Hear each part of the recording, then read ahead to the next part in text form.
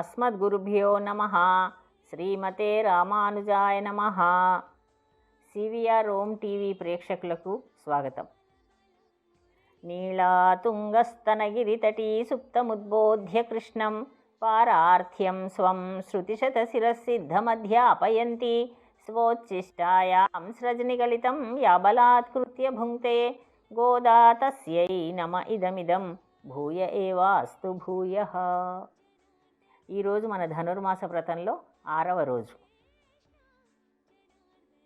6వ పాశురం ఏమిటి అంటే, పుళ్ళుం షిలుంబినఘాన్ పుళ్ళరయిల్ కోయిలిల్ వెள்ளై విలిజంగన్ పేరరవం కేట్టిలయో పిళ్ళాయ్ యజిందిరాయ్ పేయిములై నంజుండు కళ్ళచ్చగడం కలక్కజియక్కాలోచ్చి வெள்ளத்தரவில் துயிலமரந்த வித்தினை உள்ளத்து கொண்டு முனிவர்களுள் யோகிகளும் மெல்ல வெழுந்து அரியன்ற பேரரவம் உள்ளம் புகுந்து కుళిరిందేలోరెంబావాయ్. నిన్నటి వరకు మన ధనుర్మాస వ్రతంలో పూర్వరంగం అయింది. ఈ రోజు నుండి గోపికలందరినీ తీసుకొని అమ్మ గోదాదేవి పరమాత్మ సన్నిధికి వెళ్ళడం. అంటే కృష్ణుడు ఏం చెప్పాడు నిన్న, అందరూ కలిసి రేపొద్దున నా సన్నిధికి రండి అని చెప్పారు. అందుకని భగవత్ సన్నిధికి వెళ్ళడానికి గోదాదేవి అందరూ గోపికలను, అంటే తన చెలికత్తెలందరినీ, తన స్నేహితురాళ్ళందరినీ తోడుకొని వెళుతుందన్నమాట భగవత్ సన్నిధికి.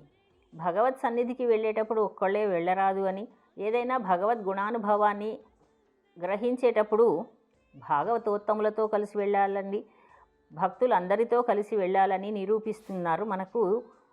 ఇక్కడి నుండి, ఈ పాశురము నుండి తెలియజేస్తారు అమ్మ గోదాదేవి. ఎలా అంటే, మనకి ఏదైనా ఆనందం కలిగినప్పుడు 10 మందితో పంచుకుంటే ఆనందం రెట్టింపు అవుతుంది.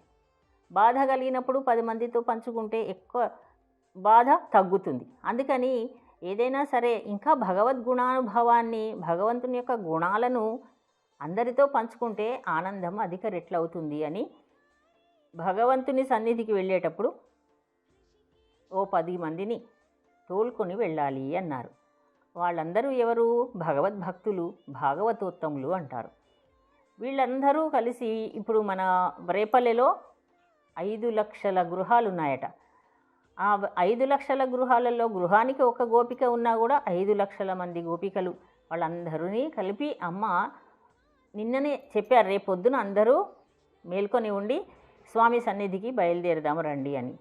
ప్రొద్దున లేచారు, బయలుదేరదామని చూసేసరికి ఒక 10 మంది తగ్గారట. ఏ ఒక్కరూ కూడా భగవద్ అనుభవానికి దూరం కాకూడదు, భగవంతుని దర్శించుట అనేటటువంటి ఆనందానికి దూరం కాకూడదని అమ్మ గోదాదేవి వీళ్ళ బృందంలోనికి రానటువంటి ఆ 10 మందిని కూడా ఈ రోజు నుండి మేల్కొల్పుతారు. ఏమండి, ఎవరో ఒకళ్ళు రాకపోతే ఇంతమంది వచ్చారు కదా, అందరం కలిసి వెళదామని వెళ్ళిపోవచ్చు కదా, ఒక్కొక్కళ్ళ కోసం ఆగడం ఏమిటి అంటే, భగవద్భక్తులు అందరితో కలిసి వెళ్ళాలి. తాను అనుభవిస్తున్నటువంటి భగవద్ ఆనందం 10 మందికి పొందాలి, అందరూ పొందాలి, ఎవరూ కూడా పొందకుండా ఉండకూడదు అని అమ్మ యొక్క భావన. తల్లి గుణం అదే కదా, తన పిల్లలందరూ కూడా క్షేమంగా ఉండాలని కోరుకుంటుంది. తన పిల్లలందరికీ కూడా సమానమైనటువంటి ఆనందాన్ని పంచాలనుకుంటుంది. అదేవిధంగా మన అమ్మ గోదాదేవి కూడా అందరినీ మేల్కొల్పడానికి సిద్ధపడింది. వీళ్ళందరూ మరి భగవంతుని దర్శించాలని తహతహలాడుతూ కోరికతో ఉన్నటువంటి వాళ్ళందరూ కూడా కొంతమంది లేవడం, నిద్ర మేల్కొనడం ఏమిటి, మరి ఇంకొంతమంది నిద్రపోవడం ఏమిటి అని మనకు సందేహం కలగవచ్చు. అంటే కొంతమంది భగవంతుని తొందరగా దర్శించాలి అనే భావనతో నిద్ర పట్టకుండానే ఉన్నటువంటి వాళ్ళు కొంతమంది, భగవత్ సన్నిధికి వెళ్ళాలని భగవత్ చింతనతో ఆలోచిస్తూ నిద్రించిన వాళ్ళు కొంతమంది. అలా ఉండడం వల్ల కొంతమంది మేలుకు వచ్చి లేచారు, ఇంకా కొద్దిమంది అలాగే భగవంతుని స్మరిస్తూ భగవద్ ధ్యానంలో అలాగే ఉండిపోయారు. అలా ఉండిపోయినటువంటి వాళ్ళని ఒక్కొక్కళ్ళని ఈ రోజు నుండి మన అమ్మ గోదాదేవి రోజు ఒక్కొక్క గోపికని నిద్ర మేల్కొల్పుతారన్నమాట. అలా నిద్ర మేల్కొల్పడం అంటే వీళ్ళందరూ మామూలుగా మహాజ్ఞానులు అని అర్థం. మనం ఎక్కడికైనా ఆలయానికి, దేవాలయ సన్నిధికి, భగవత్ సన్నిధికి వెళ్ళేటప్పుడు భాగవతోత్తములను ముందుంచుకొని వెళ్ళాలి అంటారు. అలా ఒక 10 మందినన్నా 10 భాగవతోత్తములను ముందుంచుకొని వెళ్ళాలి. అలాంటి భాగవతోత్తములే ఈ 10 మంది అని చెప్తారు. అలాంటి భాగవతోత్తమురాలైనటువంటి వీళ్ళందరూ కూడా మహాభక్తులు, భగవద్భక్తులు. వాళ్ళందరినీ ముందుంచుకొని మనం వెళ్ళాలి ఆలయానికి. అలా ఇవాళ ఒక్కొక్క గోపికని ఇవాళ నుండి లేపుతారు. ఇవాళ మొదటి గోపికని నిద్ర మేల్కొల్పుతారు అమ్మ గోదాదేవి. రోజు ఒక గోపికను మేల్కొల్పుతూ తెల్లవార వస్తోంది అని తెల్లవారడానికి గుర్తులు చెప్తారు. తెల్లవారడానికి గుర్తులు ఈ ప్రకృతిలో ఎలా ఉంటాయి అవన్నీ విషయాలు చెప్తూ అందులో కూడా అంతర్లీనంగా భగవత్ తత్వాన్ని కూడా మనకు తెలియజేస్తూ ఆచార్యుల యొక్క గొప్పతనాన్ని కూడా తెలియజేస్తూ ఉంటారు. అవేమిటి, ఈ పాశ్రమ ద్వారా అమ్మ ఏమని చెబుతూ ఈనాటి గోపికను మేల్కొల్పుతున్నారో చూద్దాం. పుళ్ళుం శిలుంబిన ఖాన్ అన్నారు ముందు. అంటే పుళ్ళుం శిలుంబిన కాళ్ళు అంటే పక్షులు కూస్తున్నాయి. తెల్లవారడానికి గుర్తు ఏంటండి మనకి అంటే పక్షులు కిలకిల రావాలు చేస్తాయి. మనకు అసలు జ్ఞానము లేదు అని మనం అనుకుంటూ ఉంటాం. అనుకునేటటువంటి పక్షులే ముందుగా లేచి అక్కడక్కడ కిలకిల రావాలు చేస్తున్నాయి. ఆ శబ్దం వినిపించి మేమందరము మేల్కొన్నాము. ఇంకా నువ్వు మేల్కొనలేదేంటమ్మా అని లేపుతున్నారనమాట ఇవాళటి మొదటి గోపికని. పక్షులు అంటే ఇక్కడ అర్థం ఏంటి అంటే పక్షులకి 2 రెక్కలు ఉంటాయి. ఆ 2 రెక్కలే జ్ఞానము అనుష్ఠానము అని. మహానుభావులందరూ కూడా జ్ఞానాన్ని సంపాదిస్తారు. జ్ఞానాన్ని సంపాదించినటువంటి జ్ఞానాన్ని అనుష్ఠానం ద్వారా చూపిస్తూ ఉంటారు. వాళ్ళు తెలుసుకున్నటువంటి దాన్ని అనుష్ఠానము చేస్తూ ఉంటారు. అటువంటి మహానుభావులు అని అర్థం. ఇక్కడ పక్షులు అంటే ఆచార్యులు గురువులు అని అర్థం. జ్ఞాన అనుష్ఠాన సంపన్నులు అని. అయితే ఆ పక్షులన్నీ కూస్తున్నాయి, అరుస్తున్నాయి, ఇంకా మేల్కొన రాదా అన్నారు. అయినా సరే లోపల ఉన్నటువంటి అమ్మాయి పలకలేదట. పుళ్ళుం శిలుంబినగాన్ పోదు పుళ్ళరయిన్ కోయిలిల్ మళ్ళీ రెండవ సంకేతం చెప్తూ ఉన్నారు. తెల్లవారడానికి ఇంకొక గుర్తు. ఒక గుర్తేమో పక్షులు మేల్కొని కిలకిలా రావాలు చేయడం, మరొకటేమో పుళ్ళరయిన్ కోయిలిల్ అన్నారు. అంటే పక్షిరాజు అయినటువంటి గరుత్మంతుడు ప్రధానంగా ఉండేటటువంటి ప్రధానమైనటువంటి ఆలయం విష్ణు ఆలయం.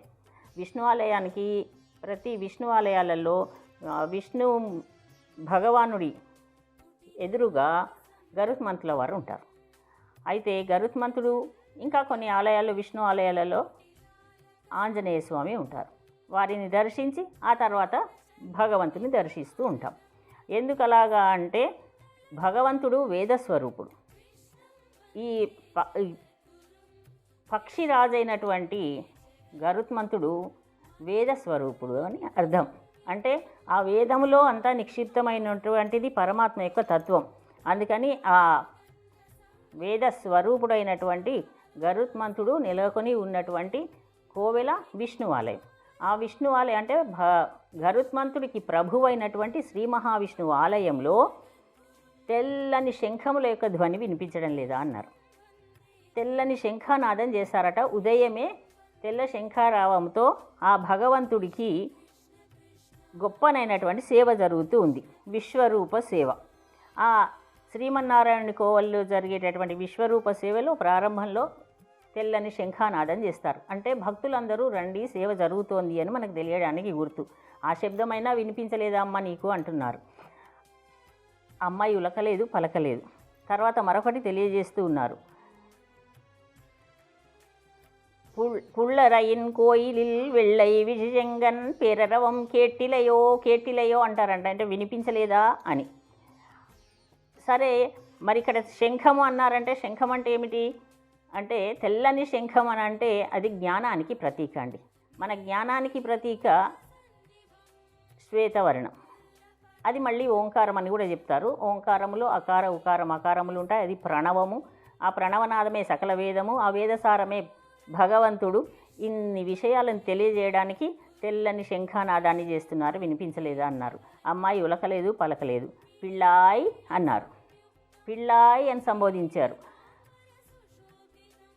ఇన్ని శబ్దం కూడా మీకు వినిపించలేదా, మేము ఇంతమంది లేచి వచ్చాము అని. పిళ్ళాయి అంటే అర్థం ఏంటంటే ఓ పిల్ల అని అర్థం.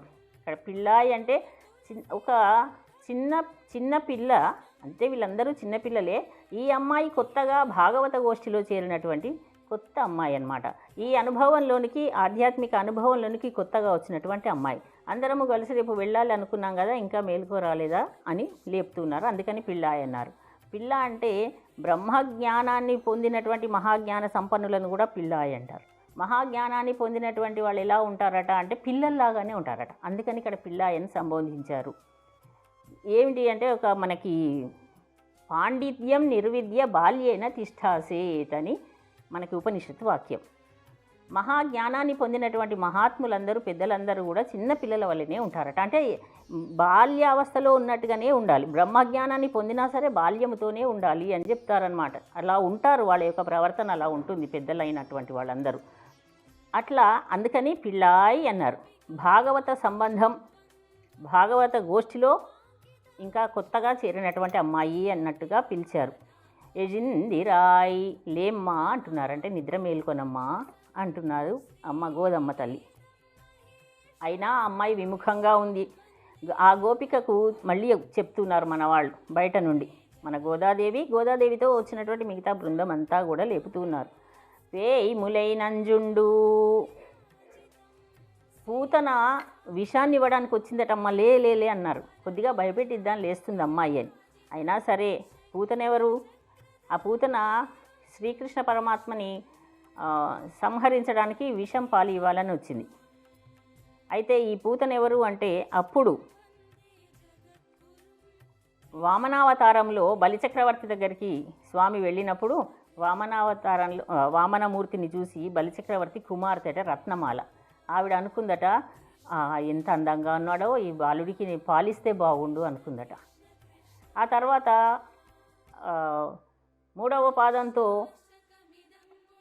శిరస్సున మూడవ పాదం ఉంచిన తర్వాత అయ్యో తన తండ్రి యొక్క ఆస్తినంతా కూడా ధ్వంసం చేశారే అని బాధపడుతూ ఈ బాలుడికి విషం ఇవ్వాలి అనుకుందట. ఈ రెండు కోరికలను కూడా స్వామి ఇప్పుడు తీర్చాడు. పూతన లాగా వచ్చినటువంటి ఆ పూతన రాక్షసి. ఆ రాక్షసి ఏం చేసింది? కృష్ణుడికి కంసుడు పంపిస్తే వచ్చి విష పాలు ఇవ్వాలనుకుంది. తర్వాత కృష్ణుడి చేతిలోనే మరణించింది. అలా పూతన సంహారాన్ని ఇక్కడ గుర్తు చేసి చెప్పారు. వేయి ములైనంజుండు అంటే ఆ తర్వాత అప్పటికీ కదలలేదు. మళ్ళీ అప్పుడు చెప్తున్నారమ్మ గోదాదేవి, కళ్ళచ్చెగడం కాదమ్మా, ఇంకొక శకటాసురుడు అనే రాక్షసుడు కూడా ఆవహించాడు. ఆ రాక్షసుడు ఒక బండి కింద యశోదమ్మ కృష్ణుడి పడుకోబెట్టి నీరు దేవడానికో యమునా నదికి వెళ్ళిందట. ఆ సమయంలో ఆ బండి మీద ఆవహించాడట ఒక రాక్షసుడు. వాడే శకటం అంటే బండి. ఆ బండి మీద ఆవహించాడు కనుక శకటాసురుడు. ఈ శకటాసురుడు అనే రాక్షసుడు వచ్చాడు కృష్ణుని అపహరించుకొని వెళ్ళడానికి అని చెప్పారట. కళ్ళచ్చెగడం అనగానే కళ్ళక్కజియక్కాళోచి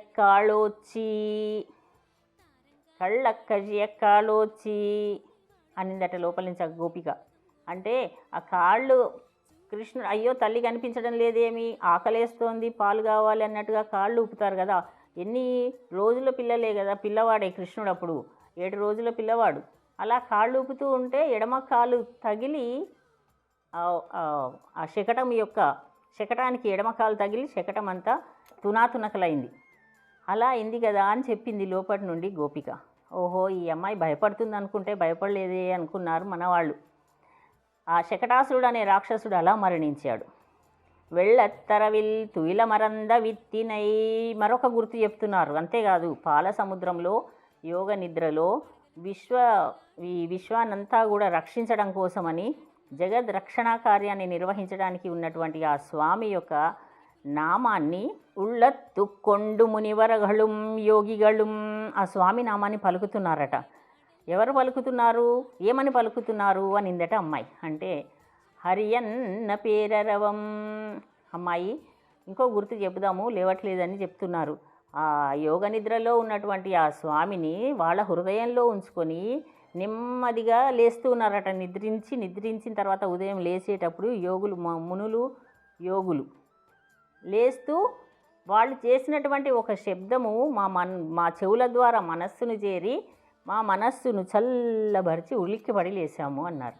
ఏమిటా శబ్దము అంటే హరి అన్న పేరరవం, హరిహరి హరిహరి హరిహరి అంటూ లేస్తున్నారట మునులు యోగులు. వాళ్ళు ఏం చేస్తారట, ఎందుకంటే మనస్సులో పరమాత్మ ఉన్నాడు, అంతర్యామిగా మనలో స్వామి ఉన్నాడు కదా. అందుకని మునులు యోగులు ఏం చేస్తున్నారట, అంత పొద్దున్నే లేస్తూ హరినామస్మరణ చేస్తున్నారట. 3 సార్లు హరిహరి హరిహరి హరిహరి అంటారట. హరినామస్మరణ ఇక్కడ దాకా వినిపించిందా, ఇక్కడికి వచ్చారా వాళ్ళు ఏమన్నా అన్నట్టుగా గోపిక లోపల నుంచి అంటున్నట్టుగా భావన చేసి మన వాళ్ళు చెప్తున్నారంటే, మునులు ఋషులు అందరట శ్రీకృష్ణ పరమాత్మను దర్శించుకోవాలని వాళ్ళందరూ కూడా గోశాలకు వస్తున్నారట ప్రొద్దున్నే. ఎందుకంటే గోవులని విడిచేయడము, కొట్టంలోకి వెళ్ళి ఆ దూడలను కట్లు విప్పడము, ఇలాంటి పనులన్నీ కృష్ణుడు చేస్తుంటాడు కదా. కొద్ది సమయం అయితే గోవుల వెంట అడవికి వెళ్ళిపోతాడు.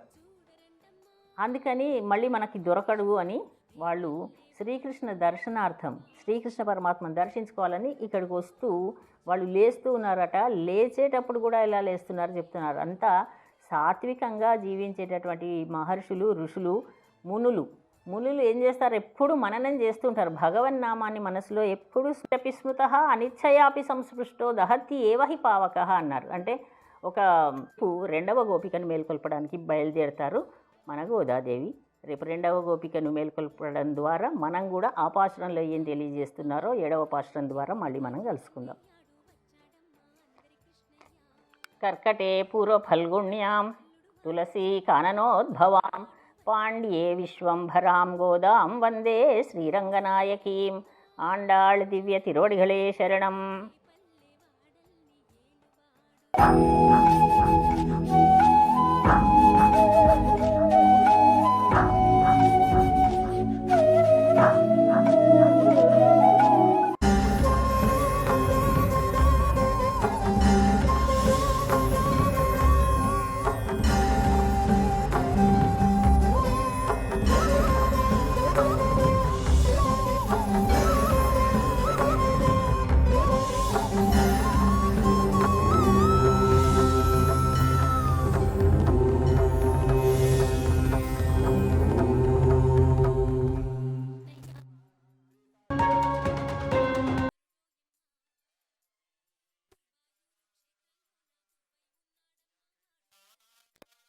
మోహ మద మాత్సర్యాలను వదిలిపెట్టాలి.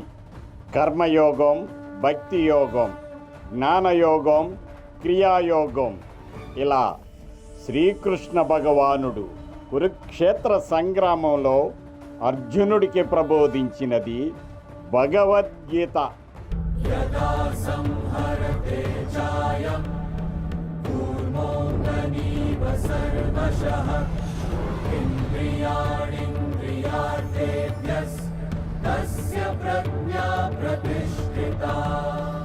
ఉన్నది ఉన్నట్టుగా మనసును హత్తుకునే విధంగా చెప్పగలిగిన ఏకైక సహజ కవి పండిత వరేణ్యులు ఆచార్య కసిరెడ్డి వెంకటరెడ్డి గారిచే భగవద్గీత ప్రత్యేక ధారావాహిక. మానవ జీవన వికాసానికి దోహదం చేసేటటువంటి ఈ భగవద్గీతను ప్రతిరోజు అధ్యయనం చేయాలి, ప్రతిరోజు పారాయణం చేయాలి, ప్రతిరోజు ఆ పరమార్థాన్ని తెలుసుకోవాలి. తద్వారా మానవ వికాసం జరుగుతుంది. గీతా జయంతి సందర్భంగా డిసెంబర్ 1వ తేదీ నుండి ప్రారంభం. ప్రతిరోజు ఉదయం 10 గంటలకు, తిరిగి రాత్రి 8 గంటలకు మీ సివిఆర్ ఓం ఛానల్లో.